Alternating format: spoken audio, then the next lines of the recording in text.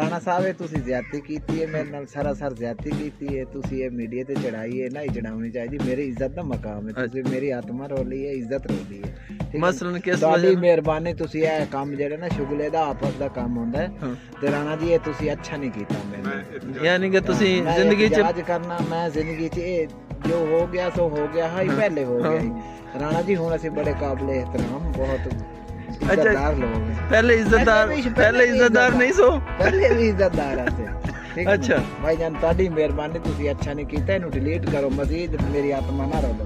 नहीं ਮਾਸ਼ਾਅੱਲਾ ਜੀ। ਰਾਣਾ ਸਾਹਿਬ ਇਹ ਤੁਸੀਂ ਜ਼ਿਆਦਤੀ ਕੀਤੀ ਹੈ ਮੇਰੇ ਨਾਲ, ਸਰਾਸਰ ਜ਼ਿਆਦਤੀ ਕੀਤੀ ਹੈ ਤੁਸੀਂ। ਇਹ ਮੀਡੀਆ ਤੇ ਚੜਾਈ ਹੈ, ਨਹੀਂ ਚੜਾਉਣੀ ਚਾਹੀਦੀ। ਮੇਰੀ ਇੱਜ਼ਤ ਦਾ ਮਕਾਮ ਹੈ, ਤੁਸੀਂ ਮੇਰੀ ਆਤਮਾ ਰੋਲੀ ਹੈ, ਇੱਜ਼ਤ ਰੋਲੀ ਹੈ।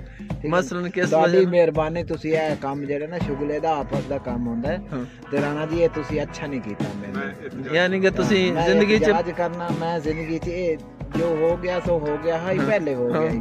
ਰਾਣਾ ਜੀ ਹੁਣ ਅਸੀਂ ਬੜੇ ਕਾਬਲੇ ਇਹਤਰਾਮ, ਬਹੁਤ ਇੱਜ਼ਤਦਾਰ ਲੋਕ हैं। पहले इज्जतदार नहीं सो ਪਹਿਲੇ ਵੀ ਇੱਜ਼ਤਦਾਰ ਆਤੇ।